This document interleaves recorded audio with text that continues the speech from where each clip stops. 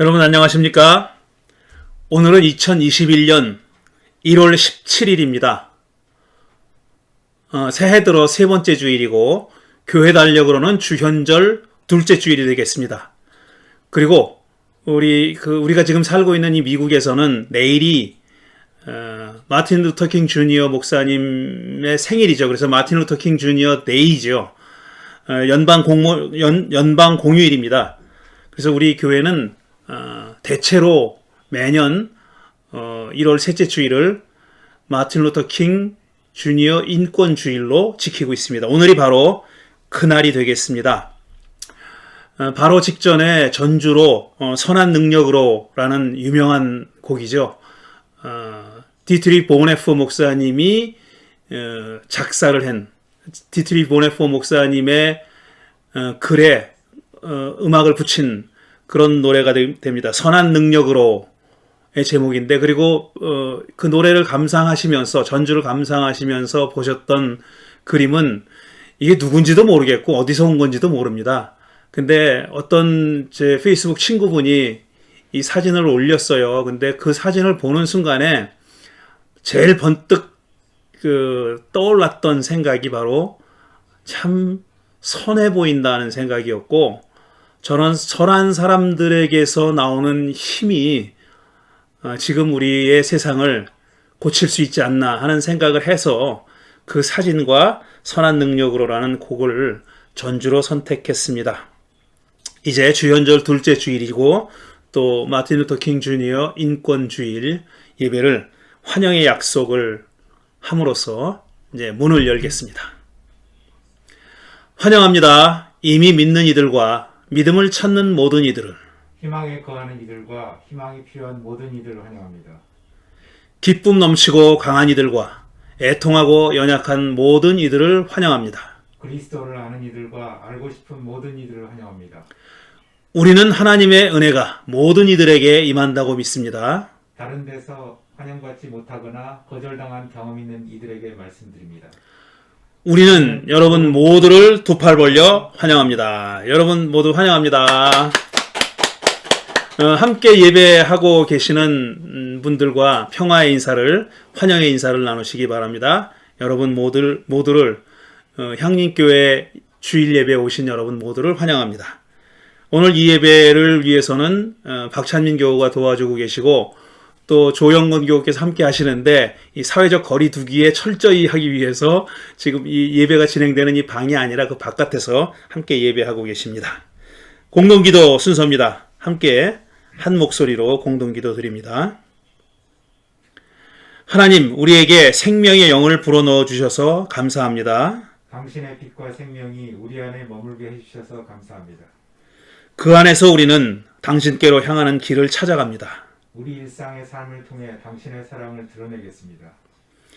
예수 그리스도처럼 우리도 온 마음으로 당신을 사랑하고 이웃을 내 몸같이 사랑하며 살겠습니다. 정의의 하나님, 우리는 근래 전무후무한 일을 겪었습니다. 이 나라 민주주의에 많은 문제가 있음을 알고는 있었지만 이런 일까지 벌어지리라고는 상상도 못했습니다. 전국에서 몰려든 폭도들이 의사당을 점령하여 정부 이양의 필수적인 민주적 절차를 폭력으로 방해했습니다. 이로써 감춰졌던 미국 민주주의의 민낯이 백일하에 드러났습니다. 어디서부터 무엇을 어떻게 고쳐야 할지 깊이 생각해야 할 때입니다.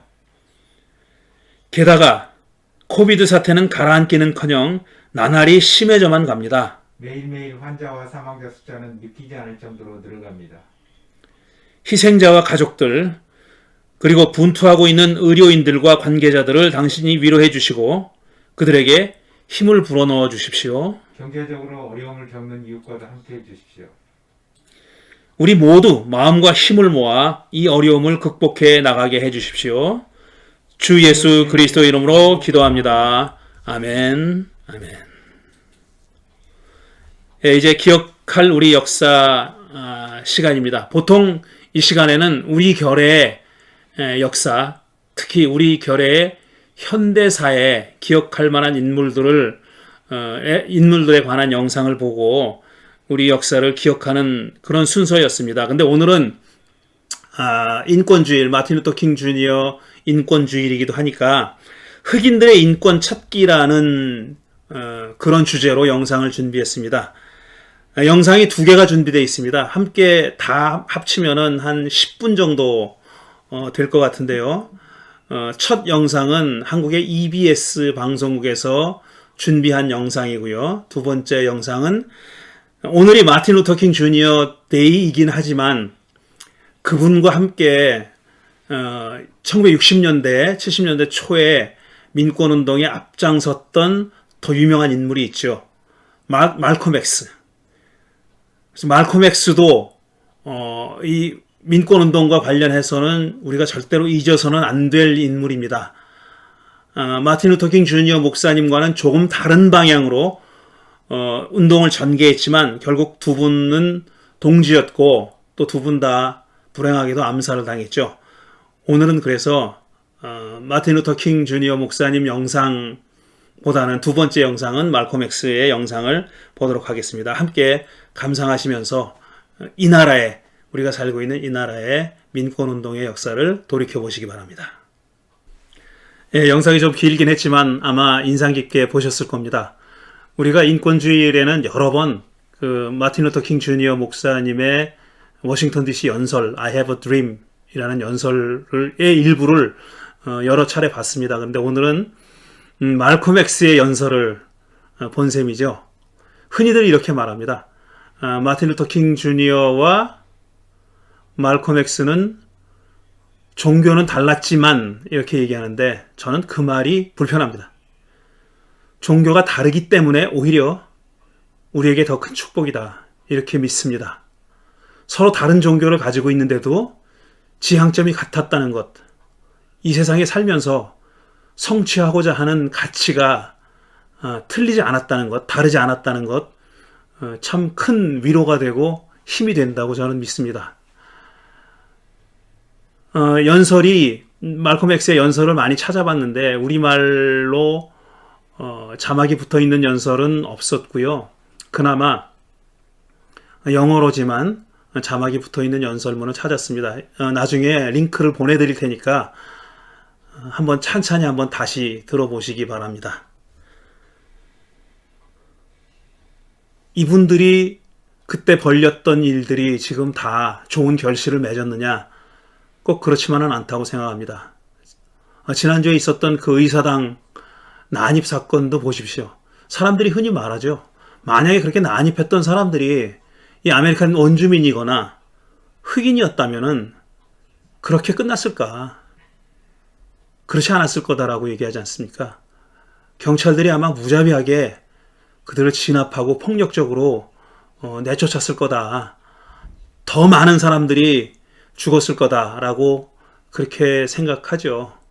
그게 지금 우리가 살고 있는 이 나라의 현실입니다. 우리가 가야 할 길이 아직도 멀다는 것을 얘기해주고 있습니다. 예, 이제 기도 시간입니다. 중보기도 제목 올려달라고 부탁했는데 올리신 분이 안 계십니다. 그래서 제가 몇 가지 기도 제목을 드리죠. 코비드 상황에 관한 기도 제목인데요. 우리 교우들 가운데서도 코비드 양성 판정을 받으신 분이 있습니다. 그런데 참 다행히도 그분들이 심하게 앓는 분들은 없고요. 또 좀 심하게 앓았지만 완쾌되신 분도 계시고 지금 앓고 있는 분도 계시는데 다행히 증상이 그렇게 심하진 않습니다. 그게 다행이고요. 어떤 통계를 보니까 LA 카운티에 10명 중에 1명이 포지티브가 나왔다라고 얘기합니다. 그러니 우리 주위에서 얼마나 흔하게 볼 수 있겠어요. 여러분도 아마 주위에 코비드 양성 판정을 받으신 분, 지금 힘들어 하시는 분들이 계실 겁니다. 그분들의 얼굴을 떠올리시면서, 이름을 떠올리시면서 그렇게 기도해 주시기 바랍니다. 또 우리 교우들 가운데 계시는데 나중에 말씀드릴게요. 누구신지는 나중에 말씀드리겠습니다. 그리고 또 몇 분들이 이 코비드 상황에 직접적으로 혹은 간접적으로 관련돼 가지고 애쓰고 계신 분들이 계십니다. 그 중에서 이제 병원에서 역시 일하시는 분들이 제일 많이 애쓰고 위험에도 노출돼 있는데 직접 병원에서 환자들을 돌보고 계시는 분이 계시죠. 백일홍 교우께서 그렇게 하고 계십니다. 백일홍 교우께서 안전하게 본인은 걸리지 않고 환자들을 잘 돌보실 수 있도록 그렇게 함께 기도해 주시기 바랍니다. 역시 코비드 환자들과 그 가족들을 위한 기도의 제목이 가장 큽니다. 제가 이렇게 한 가지 기도 제목을 드렸습니다. 이 기도 제목 가지고 또 여러분이 각자 갖고 계신 기도 제목 가지고 잠시 기도한 후에 제가 기도 이어갑니다.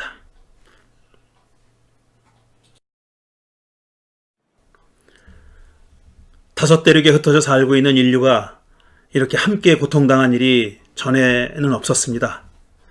또 1년이 넘게 이렇게 긴 기간 동안 호전되지 않고 점점 더 악화되는 현실도 처음일 겁니다. 이렇게 멀리서 바라보다가 이제는 이 일이 남의 일이 절대 아니라는 것을 점점 깨닫고 있습니다. 우리 주위에 이 코로나 바이러스에 감염되어 고통당하는 사람들이 하나둘 생겨나고 있습니다. 가까이 있는 분들이 우리가 얼굴을 알고 이름도 알고 1년 전까지만 해도 함께 같은 장소에서 하나님의 이름을 부르고 기도하고 찬양하던 그런 분들 가운데도 이런 고통을 겪고 있는 분들이 하나둘 생겨나고 있습니다. 지금 힘들어하고 있는 그 병마와 싸우고 있는 바로 그분들에게 하나님께서 함께 해주시길 바랍니다. 이 힘든 시간이 빨리 지나고 거뜬하게 회복될 수 있도록 하나님께서 함께 해주시기를 또한 간절히 기도합니다. 또 이런 환자들과 더불어 분투하고 있는 분들도 계십니다. 수많은 의료인들이 지금 점점 지쳐가고 있습니다. 또 그들도 감염되어 고통당하고 있습니다. 하나님 그 모든 분들과 함께 해주시고 지켜주시기를 바랍니다. 특별히 우리 교회 교우인 백일홍 교우 어떤 나쁜 일이 일어나지 않도록 건강을 잘 유지하고 또 맡은 바 소임을 잘 감당하실 수 있도록 하나님께서 함께 해주시기를 간절히 기도합니다. 하나님, 우리가 정말 간절히 기도하는 제목입니다. 꼭 들어 응답해 주시고 많은 사람들에게 힘을 주시기를 다시 한번 간절히 기도합니다. 오늘도 예배하기 위해서 하나님 앞에 모였습니다. 영상 앞에 지금 모여 있습니다. 서로 만나지 못하는 안타까움이 우리 마음 한구석에 있지만 그래도 이렇게 예배할 수 있게 해주신 당신의 은총을 감사드리며 또 수고하는 분들의 노고에 감사드리며 우리가 이 예배를 드립니다. 그럴수록 더 간절히 하나님께 매달립니다. 간구합니다. 하나님께 기도합니다. 온 마음을 다해서 우리의 마음이 우리의 영혼이 연결되어 있다는 것을 느끼면서 이 예배를 드리고 있습니다. 우리 교우들 또 예배하는 모든 분들 각자 마음속에 깊이 간절하게 가지고 있는 소원이 있습니다. 하나님께서 귀 기울여 들어주시길 바랍니다. 우리의 짧은 소견으로 왜 이렇게 응답이 늦어지나? 하나님이 과연 듣고는 계시는 건가? 의문이 생길 때도 있지만 이런 믿음이 또 우리 한 구석에 있습니다. 하나님께서 다 이끌어 주실 거야. 우리의 짧은 소견이 아니라 하나님의 그 넓은 마음이 앞을 내다보시는 그런 하나님의 섭리가 가장 좋을 때 가장 좋은 방법으로 응답해 주실 것이라는 그런 믿음 우리가 갖고 있습니다. 오늘 이 예배 우리가 정성껏 바치는 이 예배입니다. 순서 하나마다 마음을 바쳐 드립니다. 하나님께서도 마음을 바쳐 기쁘게 받아주시기를 바랍니다. 기도하는 음성, 또 당신의 말씀을 읽는 음성, 그 말씀 가지고 당신의 뜻을 전하는 모든 음성들, 그 음성들이 우리의 영혼의 문을 두들기고 또 하나님의 마음을 움직일 수 있도록 함께 해주시옵소서. 오랫동안 만나지 못하고 있는 주일학교 학생들을 위해서 뭔가 준비하고 있습니다. 잘 진행되고 좋은 결실 얻을 수 있도록 좋은 시간 가질 수 있도록 하나님께서 함께 해주시길 바랍니다. 또 서로 얼굴 본 지 오래된 우리 교우들도 비록 영상으로나마 서로 만날 수 있는 시간을 마련해 보고자 합니다. 함께 해주십시오. 또 이 비대면 시대에 몇 가지로 우리가 영상을 준비해서 올리고 있습니다. 수요일에 일어나는 수요 잡담, 그리고 금요일에 있는 책 얘기, 또 오늘 이 주일 예배, 모든 영상들이 보는 사람들에게 큰 도움이 되고 은혜가 되게 축복해 주시옵소서. 감사드리며 이 모든 말씀을 예수님의 이름으로 기도드립니다. 아멘.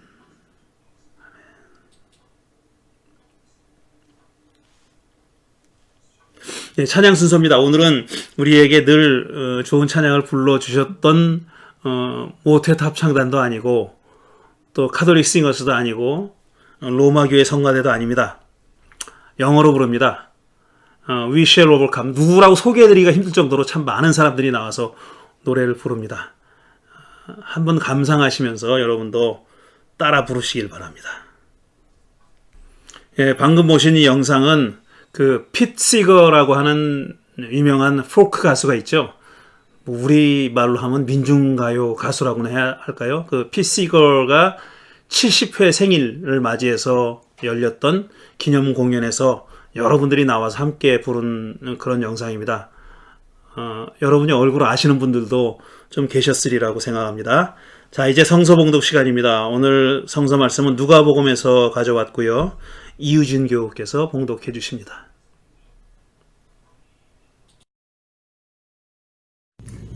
오늘의 성경 말씀은 누가복음 18장 1절에서 8절까지의 말씀입니다. 예수께서 그들에게 늘 기도하고 낙심하지 말아야 한다는 뜻으로 비유를 하나 말씀하셨다. 어느 도시에 하나님을 두려워하지 않고 사람도 존중하지 않는 어떤 재판관이 있었습니다. 그 도시에 과부가 한 사람이 있었는데 그는 그 재판관에게 줄곧 찾아가서 내 적대자에게서 내 권리를 찾아주십시오 하고 졸랐습니다. 그 재판관은 한동안 들어주려고 하지 않다가 얼마 뒤에 이렇게 혼자 말하였습니다. 내가 정말 하나님을 두려워하지 않고 사람도 존중하지 않지만 이 과부가 나를 이렇게 귀찮게 하니 그의 권리를 찾아주어야 하겠다. 그렇게 하지 않으면 그가 자꾸만 찾아와서 나를 못 견디게 할 것이다. 주께서 말씀하셨다. 그대들은 이 불의한 재판관이 무엇라 말하였는지 귀담아 들으시오. 하나님께서 자기에게 밤낮으로 부르시는 택하신 백성의 권리를 찾아주지 않으시고 모른 채 하시고 오래 그들을 내버려 두시겠습니까? 내가 그대들에게 말합니다. 하나님께서는 얼른 그들의 권리를 찾아주실 것입니다. 그러나 인자가 올 때에 세상에서 믿음을 찾아볼 수 있겠습니까? 아멘.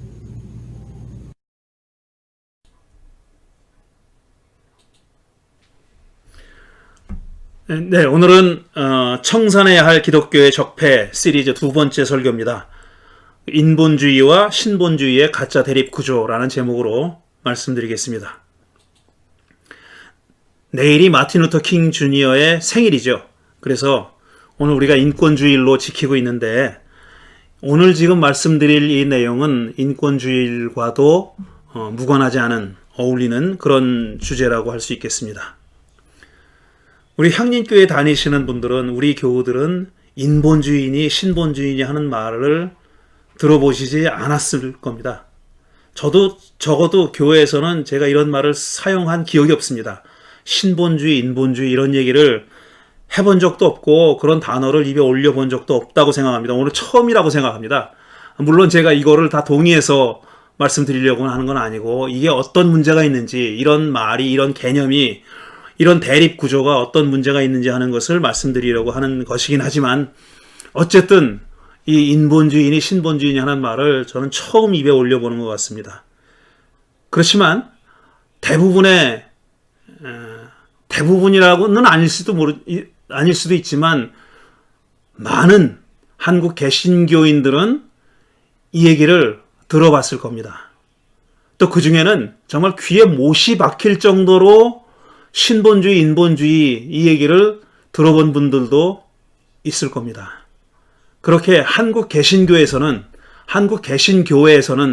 한국 개신교 목사들은 이 인본주의, 신본주의라는 말을 거의 입에 달고 산다고 할 정도로 그렇게 많이 얘기합니다. 이건 뭐 감리교니, 장로교니, 침례교니, 뭐 성결교니, 이런 하나님의 성회니 이런 거하고도 상관없어요.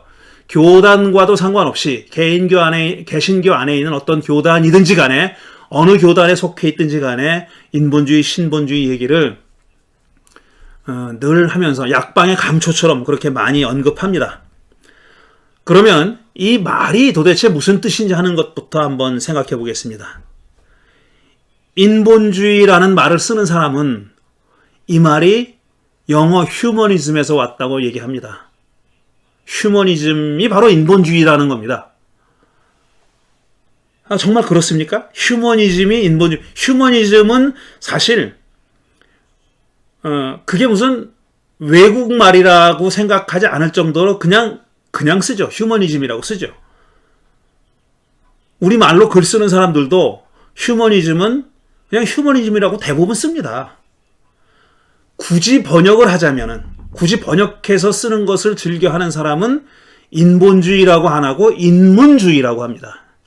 인문주의라는 말을 쓰죠. 휴머니즘은 인문주의입니다. 번역하면은.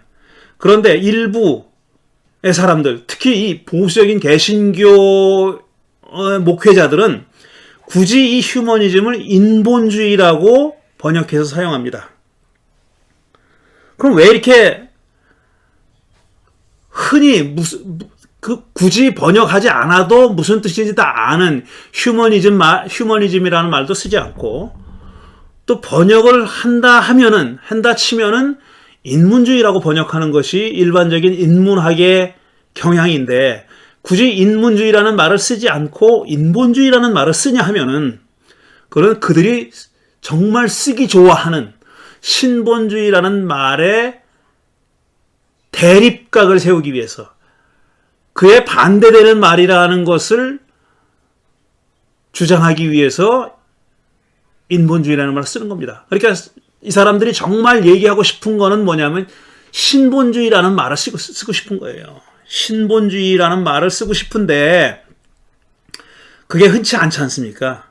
누가 신본주의라는 말을 씁니까? 그러니까 이게 사실 이런 뜻이거든 라고 말하면서 그 반대편에다가 인본주의라는 걸 놓는 겁니다. 근데 그 인본주의는 영어로는 휴머니즘이에요. 근데 그들이 사용하는 인본주의는 본래적인 의미, 휴머니즘이라는 말의, 인문주의라는 말의 의미와는 또 상관이 없습니다. 그것과도 다른 뜻으로 사용하는 것이죠. 그러니까 인본주의, 신본주의라는 말은 일부 보수 개신교, 보수 개신교 중에서는 대부분이죠. 그 숫자가 아무리 많아도 개신교인 전체에 비하면은 일부죠. 일부긴 하죠. 전부 다는 아니니까. 그 보수적인 개신교 목사들이, 주로 목사들이 또 개신교회에서만 사용하는 말이지, 신본주의, 인본주의라는 말은 그 바깥으로 나가면 그런 말을 쓰는 사람들이 없다는 얘기를 제가 드리고 싶은 겁니다. 번역을 굳이 하고 싶으면은 인본주의가 아니라 인문주의라고 번역해야 된다는 거죠. 자, 휴머니즘이 인본주의라면은 신본주의는 영어가 뭐겠어요?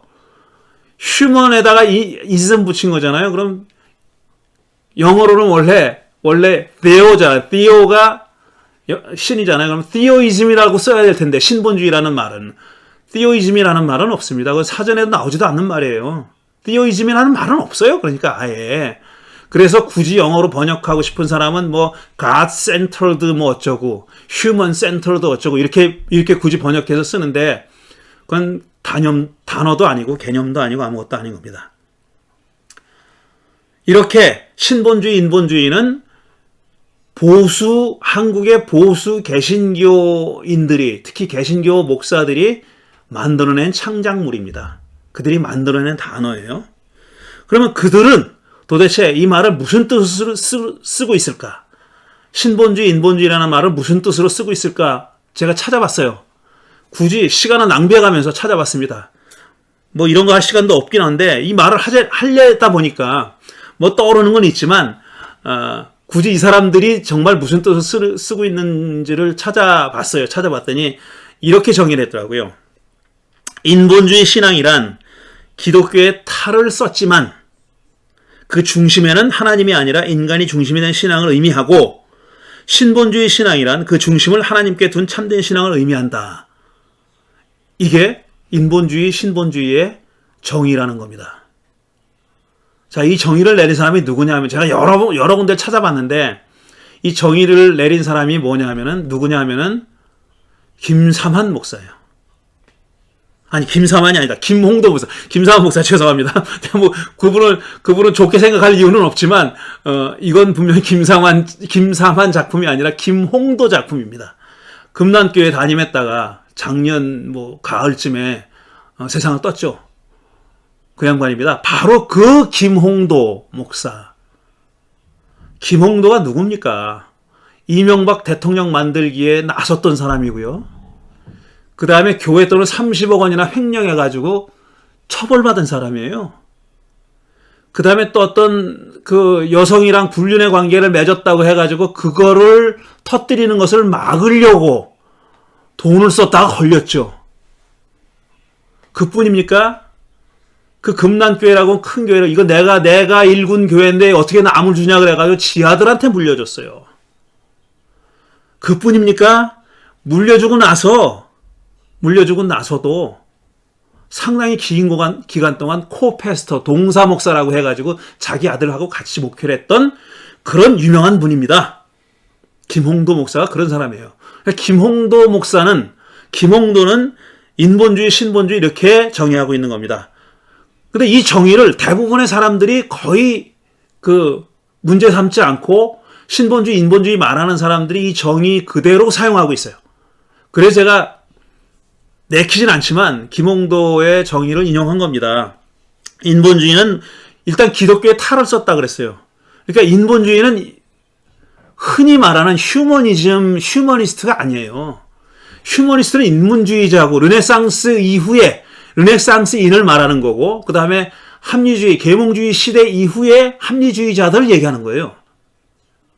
그러니까 하나님과 교권보다는 교회의 어떤 권력보다는 거기서부터 해방돼서 인간에게 초점을 맞추고 있고 인간의 이성에 대한 신뢰를 가지고 있었던 르네상스인들, 그 다음에 계몽주의자들, 이런 사람들을 휴머니스트라고 얘기하는 거, 그분들을 인문주의자라고 얘기합니다. 그런데 이 사람이 쓰는 인본주의, 이 휴머니스트는 누구냐 하면 기독교의 탈을 쓴 사람이에요. 그러니까 교회 안의 사람을 얘기하는 거예요. 교회 바깥의 사람, 무신론자들을 얘기하는 게 아니라 교회 안에 말도 제대로 안 나오네. 인본주의자들이 있다는 거예요. 교회 안에 사람을 얘기하는 거예요. 기독교의 탈을 썼지만 사실은 하나님이 아니라 인간의 중심을 두고 있는 사람이다. 그 반면에 신본주의자는 뭐예요? 하나님께 신앙의 중심을 두고 있는 사람이 신본주의자다. 이건 뭐 정의가 될 수 없어요. 말을 동어 반복이지. 동어 반복이죠. 무슨 설명하고 있는 게 아니에요. 하나님께 중심을 둔 사람, 신본주의. 그건 뭐 한문을 그냥 풀이해 놓은 거잖아요.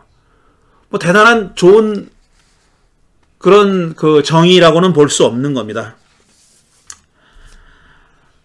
그러고 나서 그 얘기를 하는 인본주의, 신본주의를 설명하는 그 설교에서 김홍도는 무슨 뭐 르네상스니 칸트니 뭐 토마스 페인이 이런 말을 막 언급을 해요. 그 사람들의 이름을 언급하고 계몽주의가 어쩌다, 르네상스가 어쩌다 막 이렇게 얘기를 해요. 그런데 결론은 이 사람이 말하고 싶은 건 뭐냐 하면은 결국 이런 인간 중심의 또 인간의 이성 중심의 합리주의가 타락한 인간의 이성을 내세워서 하나님의 말씀을 비판했고, 그래서 하나님 중심의 신본주의가 인간 중심의 인본주의로 변질됐기 때문에 그 결과로 한때 창성했던 유럽 교회가 지금은 텅텅 비어서 관광객들의 관광거리, 구경거리로 전락해버리고 말았다. 이렇게 얘기합니다. 그러니까 교회가 지금 텅텅 비고 유럽의 교회가 다 망하게 된 게 누구 때문이냐 하면 바로 인문주의자들 때문이다. 이런 거죠. 하나님 중심을 버리고 인간 중심, 인간의 이성 중심으로 갔기 때문에 교회가 이렇게 됐다는 거예요. 근데 이거는 증명이 필요한 겁니다. 그냥 그렇게 주장한다고 되는 게 아니라, 그리고 르네상스 시대 때부터 지금까지 얼마나 수백 년의 세월이 흘렀어요. 500년 이상의 세월이 흘렀단 말이에요. 근데 그걸 그렇게 직접 연결시킬 수 있을까? 그게 과연 합리적인 사고인가? 이성적인 인간으로서 합리적으로 사고하는 건가? 그것도 물어봐야 되지만, 그런 질문은 이 사람한테는 아무 소용이 없어요. 자기가 말하고 싶은 결론은 이미 정해져 있는 겁니다. 교회가 왜 이렇게 망하게 됐느냐? 그건 인간 중심으로 변했기 때문이다. 한국 교회가 이렇게 지금 이 정도라도 살아남아 있는 거는 신본주의 신앙을 신주단지처럼 그렇게 모셔왔기 때문이다. 이 말을 하고 싶은 거죠. 이 말을 하고 싶은 거예요. 그리고 나서 이 김홍도가 신본주의 신앙을 가진 사람이라고 예를 든 사람이 누군 줄 압니까? 그 설교에서 예를 든 사람이 첫째가 1번이 다윗이에요. 그 다음에 2번이 아브라함, 3번이 모세, 4번이 욥, 이런 사람들을 예를 들고 있어요. 시대 순으로 예를 들면은 아브라함, 모세, 그 다음에 욥은 뭐 불분명하니까 아브라함, 모세, 다윗, 뭐 욥 이런 순으로 들어야 될 거 아니에요? 그런데 제일 먼저 다윗을 듭니다. 왜 다윗을 드냐면 다윗에 관한 얘기를 전하는 사무엘서에 보면 다윗을 뭐라고 얘기하냐면 하나님의 마음에 합한 자라고 얘기하거든요. 아주 드러내놓고 그렇게 얘기합니다. 다른 어떤 사람에게도 그런 그 설명을 하질 않아요. 그런데 다윗에 대해서는 그렇게 설명합니다. 하나님의 마음에 합한 자다 이거예요. 그 말은 뭐냐면 하나님의 마음에 들었다는 얘기입니다. 근데 하나님의 마음에 왜 들었느냐 하면은 그 이유는 설명하지 않아요. 다윗의 신앙이 훌륭했기 때문은 아니에요. 왜냐하면 다윗의 한 행실을 보면은 당시에 이상적이라고 훌륭한 경건한 신앙인은 마땅히 이렇게 행동해야 된다는 그 룰에 어긋난 행동을 많이 했거든요. 굉장히 많이 했어요. 그 중에 가장 대표적인 것이 뭐냐면은 우리아의 아내 밧세바를 범한 거잖아요. 7계명을 어겼어요. 간음죄를 저질렀어요.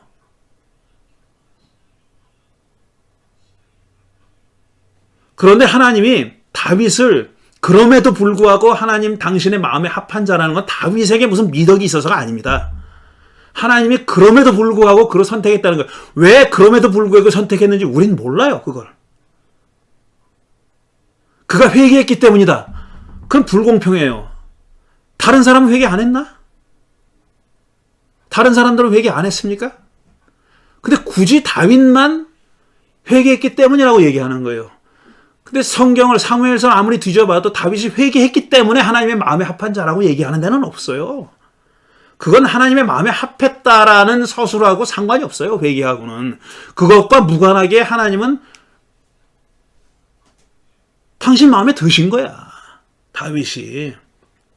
그런 거예요. 가만 지금 우리가 김홍도가 예를 든 다윗, 아브라함, 모세 전부 다 흠결이 있는 사람입니다. 욥도 마찬가지고 다 흠결이 있는 사람이에요. 흠결이 있지만 이 김홍도는 흠결이 있다는 얘기는 안 합니다.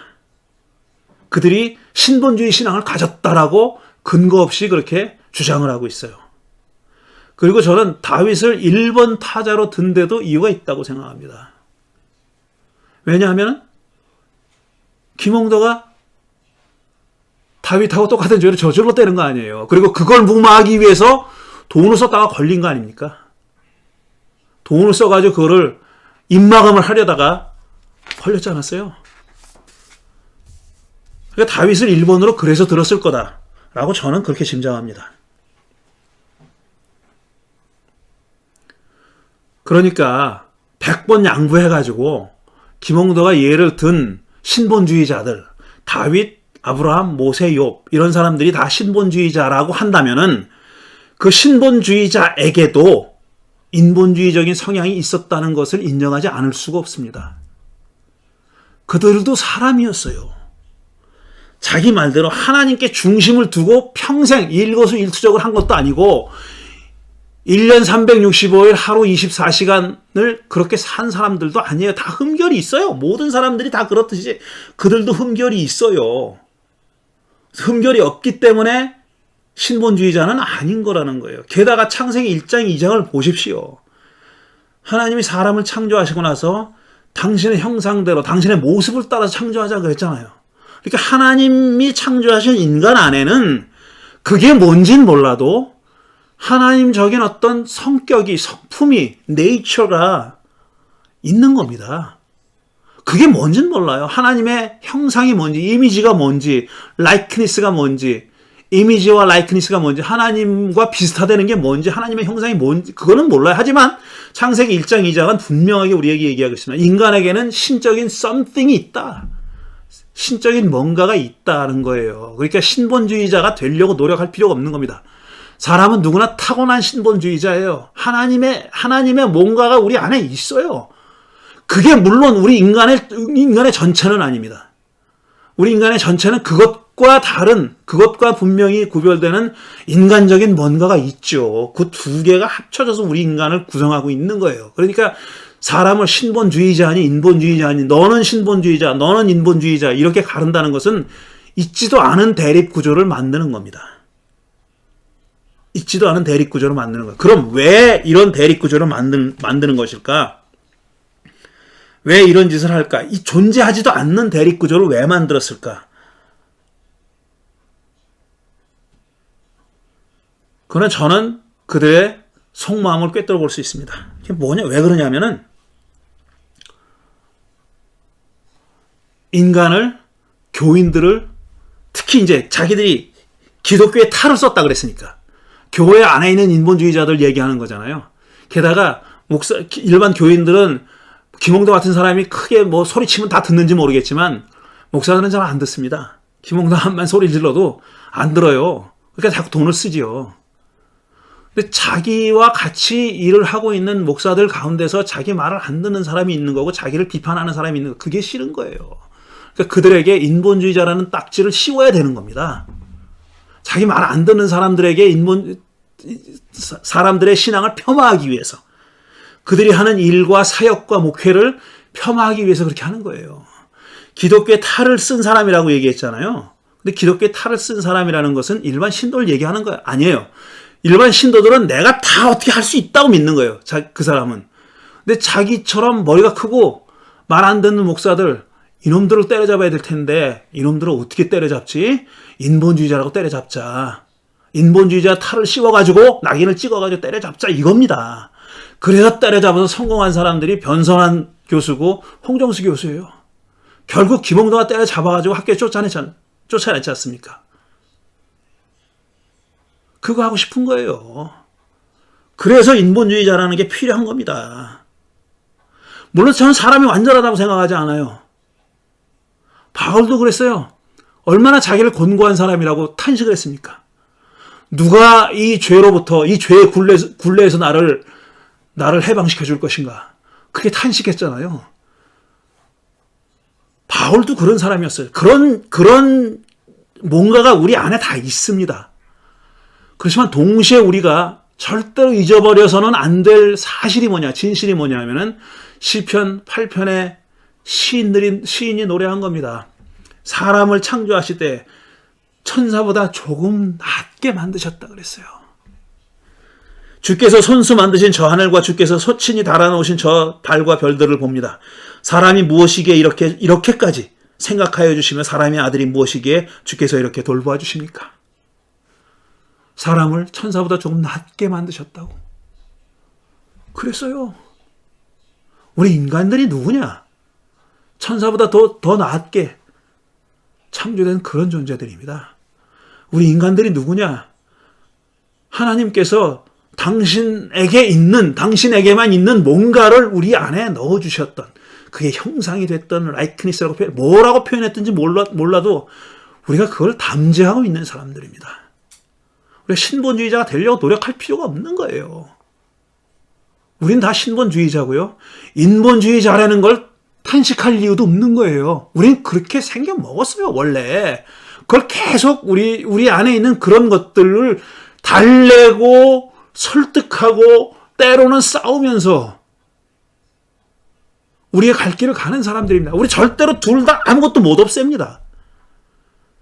둘 중에 하나를 없애고 하나만 득세하게 못 만들어요. 그건 우리가 가지고 있는 우리 인간의 본성이에요. 그리고 신본주의, 인본주의 대립을 내세우는 사람들이 간과하고 있는 게 뭐냐면은 신본주의자라고 해가지고 신본주의라고 해가지고 하나님이 하시는 일을 멍청히 바라보진 않습니다. 그렇게 하려는 거예요. 근데 신본주의자들은 그렇게 하려는 거예요. 왜냐? 하나님의 일을 내가 다 대리하고 있으니까 너희들은 그냥 가만히 있어라. 내가 얼마나 놀라운 일을 하는지 두고만 봐라. 그거 하고 싶은 겁니다. 그 얘기 하고 싶은 거예요. 근데 오늘 읽은 누가복음 말씀이 뭐라 그랬습니까?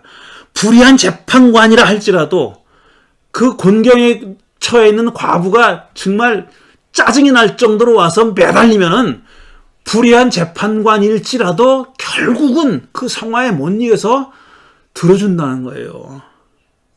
심지어 불의한 재판관도 그러는데 하나님은 오죽하겠느냐. 하나님 불의한 재판관이 아닙니다. 오죽하면은 그런 놈들도 그러는데 하나님은 더 오죽하시겠느냐. 그 소리예요. 그럼 우리가 할 일은 뭐냐?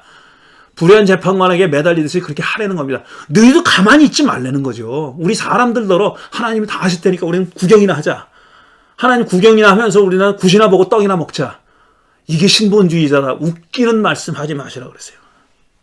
우린 그렇게 만들어진 존재가 아니고 세상이 그렇게 돌아가지 않습니다. 요즘 세상 돌아가는 걸 보세요. 불의한 재판관도, 예수님의 비유에서는 불의한 재판관도 징징거리고 막 그냥 애원하고 그러면 들어줍니다. 요즘 한국의 재판관은 그것도 안 하죠. 그 말도 안 듣죠. 세상이 뭐라 그러든지 이건 내가 가지고 있는 고유한 권리야. 나는 양심과 법률에 따라서 재판하는 거야. 군소리 하지 마라. 그렇게 하잖아요. 이때 어떻게 해야 되느냐? 징징거려야 되는 거예요. 너 잘못했다고, 너 잘못했다고, 너 틀렸다고. 우리가 그렇게 멍청한 줄 아냐고, 바본 줄 아냐고. 징징거려야 되는 거예요. 걔한테 징징거리지 말고 세상에 징징거려야 되는 거죠. 그렇게 해야 되는 거죠. 그게 우리 사람입니다. 기독교의 적폐, 그 정말 좀 센 말을 써서 미안하지만 그놈의 빌어먹을 신본주의, 인본주의 때문에 기독교 망하고 있습니다. 본래 그게 아니에요. 본래 그런 게 아니에요. 그런 건 존재하지 않아요. 그리고 굳이 존재한다 그러면은 한 인간 안에 다 있습니다. 두 가지가 다 있어요. 두 가지가 같이 공존하고 있어요. 우리는 그걸 잘 활용해야 되는 겁니다. 때로는 대결하면서, 때로는 어르면서, 설득하면서, 그 가장 필요할 때 뭔가를 카드로 내세워야 되는 거고, 또 그렇게 해야 우리 인간인 거고, 그렇게 해야 신앙인인 겁니다. 여러분, 다시는 내가 이 이후로는 신본주의, 인본주의 얘기 안 하겠습니다. 제 입이 더러워져서 안 할 텐데, 여러분도 그따위 말도 되지도 않는, 이치에 맞지도 않고 신앙적이지도 않은, 그리고 성서에는 등장도 하지 않는 그런 가짜 대립 구조에 속아 넘어가지 마시기 바랍니다. 그런 얘기 하는 사람이 있으면 면전에서 욕을 해 주십시오. 헛소리 하지 말라고. 그렇게 해 주시기 바랍니다. 잠시 드린 말씀을 생각하면서 묵상하는 시간 갖겠습니다. 예, 이제 신앙 고백 시간입니다. 한 목소리로 신앙 고백합니다. 우리는 창조주 하나님과 구세주 예수님, 그리고 위로와 소통의 주 성령님을 믿습니다. 우리는 하나님께서 차별 없이 동등하게 창조하신 모든 사람이 각자의 신앙과 양심에 따라 사고하고 말하고 행동할 자유와 권리가 있음을 믿습니다. 우리는 이웃과 더불어 사랑의 교제를 나누는 교회를 만들겠습니다. 우리는 자유와 정의와 평화를 증진하고 창조 세계를 아름답게 가꾸는 삶을 살겠습니다. 우리는 예수 그리스도의 제자로서 하나님 나라 건설을 위해 각자의 역할과 사역을 존중하며 살겠습니다. 예. 다시 한번 여러분 함께 예배하신 분들과 평화의 인사를 나누시기 바랍니다. 주님의 평화가 여러분 모두 함께 하시기를 바랍니다. 박찬민 교우와 함께 하시기를 바랍니다. 예, 알리는 말씀 몇 가지 빨리 드리죠.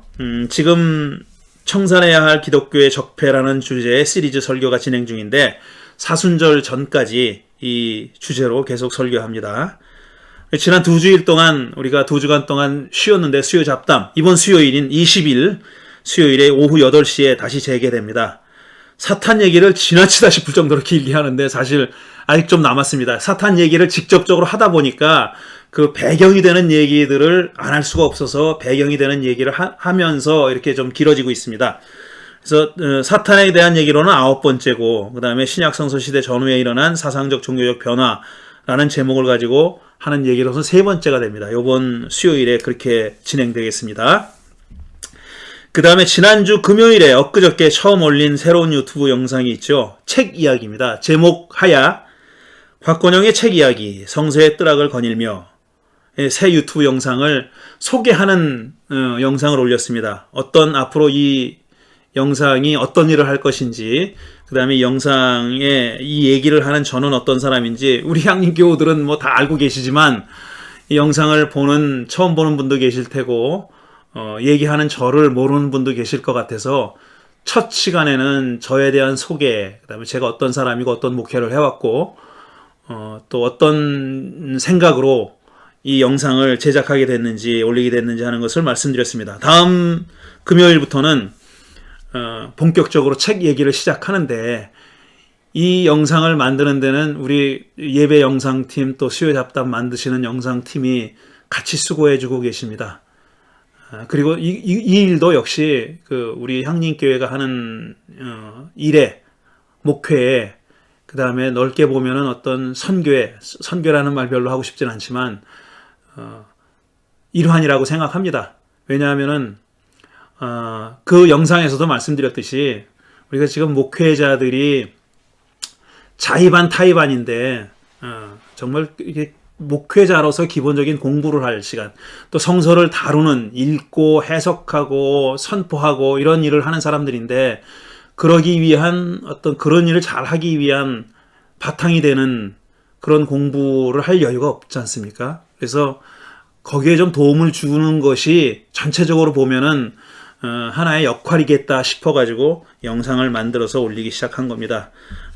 생각보다 많은 사람들이 지금 호응하고 계시는데 사실 시청자가 좀 제한돼 있죠.